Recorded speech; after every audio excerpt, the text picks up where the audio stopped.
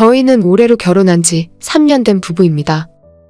아이는 없고 계획도 없이 맞벌이를 하면서 살고 있었어요.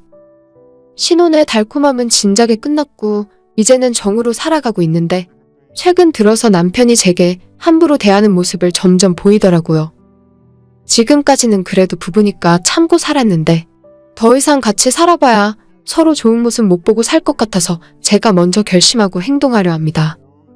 저보다 2살 많은 남편과는 연애 2년하고 결혼했어요.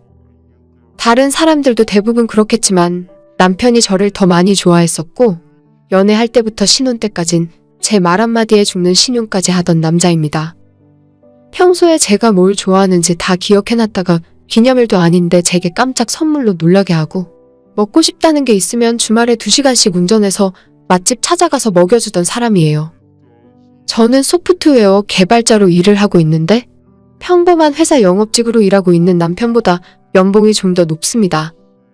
우리가 연애하다가 결혼을 결심했을 때 주변에서는 제가 더 아깝다고 좋은 남자 만날 수 있다는 사람들이 많았지만 한결같이 저를 사랑해주는 모습에 이런 남자가 세상에 또 어디 있나 싶어서 결혼을 결심하게 되었어요.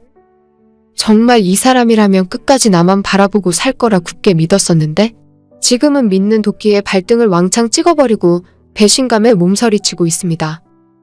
남편은 연애할 때 저보다 돈도 적게 벌면서 정말이지 있는 돈 없는 돈 다 끌어다가 제 호감을 사려고 노력을 했어요. 그때는 쪼잔한 모습을 상상할 수도 없었는데 이상하게도 결혼하고 제가 편해지기 시작한 건지 어느 날부터 제 앞에서 그렇게도 돈 타령을 해대기 시작했습니다. 여느 신혼부부들처럼 남편이 집을 해오고 제가 혼수를 맞춰서 신혼집을 마련했어요. 모아둔 돈이 별로 없었던 남편은 시댁에서 조금 도움받고 나머지는 전세자금 대출을 받아서 전셋집에서 살고 있는데 살면서 그렇게 큰 대출은 처음 받아봐서 그런지 결혼하기 전부터 대출금에 대한 걱정을 좀 하더라고요. 그래도 그때는 우리 부부가 맞벌이 하면서 열심히 갚아나가면 될 거라 생각했고 어차피 이자만 내는 상품이라 한 달에 부담도 크지 않았거든요. 비록 남편 명의로 받는 대출이지만 저도 같이 대출이자 갚아나갈 것이고 부부가 경제적으로 묶여있는 사이인데 누구 빚이면 어떻겠습니까? 하지만 남편 생각은 저랑은 달랐나 봐요. 신혼 초에는 그래도 조금 참는 것 같더니 시간이 지날수록 입에서 돈돈거리기 시작하면서 뭐만 하려고 하면 대출금 이야기부터 꺼내면서 분위기에 초를 치기 시작했어요. 하다못해 동네 중국집에서 짜장면을 시켜 먹을 때도 저는 간짜장 먹고 싶고 기왕 먹는 거 탕수육 작은 것도 하나 시키자고 하면 남편은 정색을 하면서 그냥 일반 짜장 먹으면 되는데 왜 그렇게 돈을 못 써서 안달이냐 하더라고요. 양이 모자라면 집에 있는 밥 비벼서 먹지. 우리 집에 대출금이 얼만데 과소비를 하냐고 제게 따지길래 그렇게 돈 아까우면 짜장면도 시키지 말고 집에 있는 라면이나 끓여 먹자는 식으로 싸운 적이 한두 번이 아닙니다. 쉬는 날에 남편이랑 밖에 나가서 놀다가 돈가스를 하나 먹으려고 해도 대출금 이야기부터 하고 아예 나중엔 돈 드니까 주말에도 집 밖에 나가지 말자고 하더라고요. 너무 답답해서 집 근처 뒷산이라도 가서 등산도 할 겸 산책이라도 하자고 했더니 등산로에 입장료 받는 거 아니냐고 묻는 답답한 사람입니다. 저랑 같이 먹고 입고 쓰는 것이 전부 돈 낭비라고 생각하는 것 같더라고요. 남편은 정말 평소에 돈을 잘 쓰지 않는 사람입니다. 한 달에 핸드폰 요금과 교통비까지 포함해서 30만 원으로 다 끝내더라고요. 만나는 친구도 별로 없고 밖에서는 회사 회식이 아니면 술도 먹지 않아요.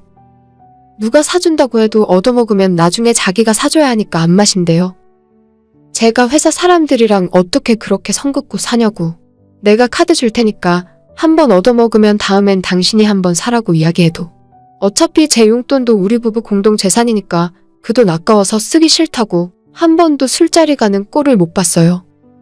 저도 결혼하기 전에는 적당히 쓸 건 쓰고 살았었는데 남편이 옆에서 저러고 사니까 괜히 눈치 보여서 저까지 아끼게 되더라고요. 남편이 억지로 저한테까지 절약을 강요하진 않았는데 주말에 남편이 하루 종일 집에만 있으면서 집밥 먹으려 하고 TV만 보고 누워있으니까 친구들이랑 약속이 있어도 나가는 게 눈치 보여서 저도 돈을 잘 안 쓰게 되었습니다. 맨날 대출금 이자 계산하고 우리 2사람의 월급에서 나가는 돈 계산하고 있어요. 어차피 저번 달에 내는 돈이랑 달라지는 것도 거의 없는데 맨날 집구석에서 커다란 가계부 노트를 펴고 100원 단위까지 영수증 계산을 하며 머리를 싸매고 끙끙대더라고요. 대출금의 원금까지 같이 상환하는 것도 아니고 이자만 조금 내면 되니까 편하게 마음먹고 전세 끝나면 나중에 집을 사던 전세를 연장을 하면 될 텐데 왜 쓸데없이 맨날 대출금 걱정하면서 스스로 스트레스 받고 사는 건지 모르겠어요. 걱정한다고 나갈 돈이 안 나가는 것도 아니고 남편이 집구석에만 들어박혀서 돈 한 푼 더 벌어오는 것도 아니면서요. 적금을 적게 하고 있는 것도 아니고 결혼하고 지금까지 3년 동안 모아둔 돈만 1억이 넘게 모았어요. 우리가 아이 낳을 생각도 없으니 그냥 적당히 살면서 돈 모으고 집 사서 즐겁게 살면 그만인데 매사에 돈돈거리고 아무런 추억도 없이 시간만 지나가는 것이 저는 불만이었죠. 정말 1년 전부터는 저도 남편과 뭔가 하는 것을 포기하고 그냥 집에만 틀어박혀 살았습니다. 어차피 나가려면 마스크 해야 하고 밖에 돌아다니는 것 자체가 쉽지 않은 시절이니까요. 그래도 일주일에 한두 번은 집에서 밥하는 것이 귀찮을 땐 배달시켜 먹거나 퇴근하고 밖에서 만나서 저녁을 먹고 집에 들어왔어요. 그럴 때마다 남편은 또다시 돈돈거리고 징징대기 시작했지만 난 오늘 밥하기 싫으니까 당신이 해서 먹던지 나가서 사 먹자는 말을 하면 남편도 어쩔 수 없이 밖에서 먹었습니다. 얼마 전 사건이 터진 그날도 퇴근하는 길에 너무 피곤하기도 하고 집 냉장고에 반찬 할 만한 것도 없고 해서 밖에서 저녁 먹고 들어가려고 남편과 집 근처 지하철역에서 만나기로 했어요. 남편이랑 외식을 한다고 해서 맛집을 찾아가거나 파스타 스테이크 같은 예쁜 음식을 먹는 것도 아니고 그냥 싸고 간단하게 배만 채울 수 있는 백반 같은 음식을 먹게 된 지 오래입니다. 그날은 바람도 많이 불고 날씨도 쌀쌀해서 뜨끈한 국물이 먹고 싶더라고요.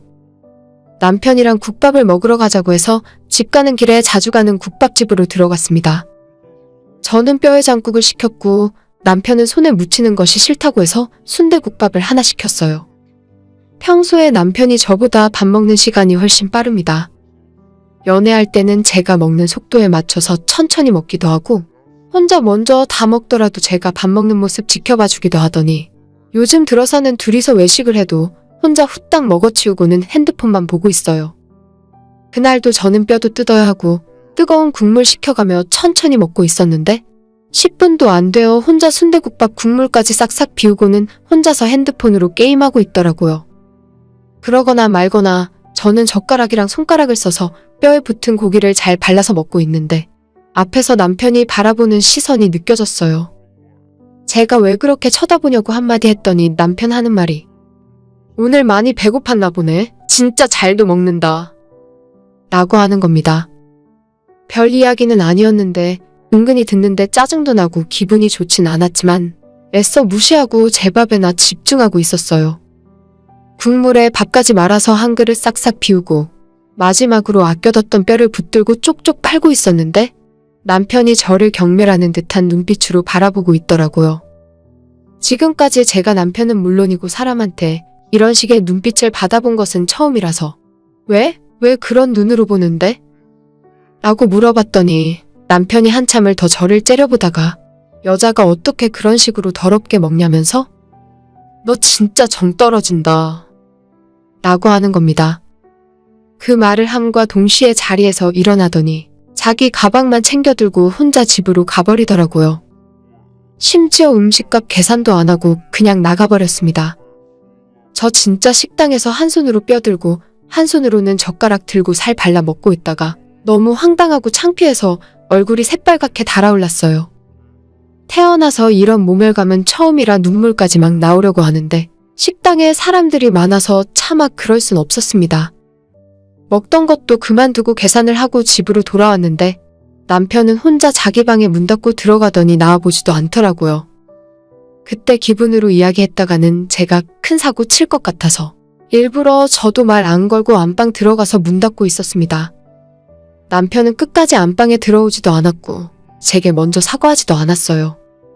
싸워야 하나 어떻게 해야 하나 고민하다가 어차피 이제 와서 싸워봤자 마음 떠난 사람에게 무슨 말을 하겠나 싶어 그냥 전부 다 관두기로 했습니다. 사람이 상대방에게 마음이 떠난 가장 큰 증거가 먹는 모습이 꼴보기 싫어진다는 거라던데 제 밥 먹는 모습 보고 정 떨어진다고 말하는 걸 보면 남편이 다른 여자가 생겼던지 최소한 저랑 부부 사이를 이어가고 싶지 않다는 생각인 것 같더라고요. 그래도 지금까지 알고 지낸 세월이 있고 결혼이 장난으로 한 것도 아니라서 3일 정도 혼자 어떻게 해야 할지 깊게 고민을 해봤어요. 그 사이에 남편과는 집에서 마주쳐도 서로 얼굴도 안 쳐다봤고 대화도 안 하고 밥도 안 차려주고 서로 모르는 사람인 것처럼 지냈죠. 당연히 남편은 제게 먼저 사과하지도 않았습니다. 그리고 저는 3일이 지나서 스스로 결론을 내리고 남편에게 이야기 좀 하자고 불러냈어요. 저는 국밥집에서 제가 느꼈던 감정을 솔직하게 다 이야기했고 남편은 아무런 말 없이 듣고만 있었습니다. 제가 느낀 모멸감과 수치심, 남편이 정 떨어졌다고 말을 했을 때 우리는 더 이상 부부로서 같이 살 수 없다고 이야기를 했죠. 제 입에서 먼저 이혼 이야기가 나왔더니 그전까진 덤덤하게 무표정으로 있던 남편이 순간 당황하는 것이 느껴졌어요. 무슨 그런 일로 이혼까지 해야 하냐고. 자기는 그냥 그 상황이 짜증나서 순간적으로 한 말인데 저랑 이혼할 생각은 전혀 없다고 하네요. 저는 3일 내내 정리해둔 생각을 남편에게 하나하나 이야기했습니다. 우리가 언제 마지막으로 데이트다운 데이트를 했는지, 서로의 기념일을 마지막으로 챙긴 것이 언제인지, 결혼하고 난 이후 3년 동안 남편에게 꽃다발 선물 받아본 적도 한 번 없다는 것을 알고 있었냐고 말했어요. 남편은 제 질문에 하나도 대답을 못했고 이제 겨우 결혼 3년차 부부인데 벌써부터 80 먹은 노부부만도 못하게 살고 있는데 앞으로 더 살아봐야 무슨 즐거움이 있겠냐고 여기서 그만하는 것이 좋겠다 이야기했습니다.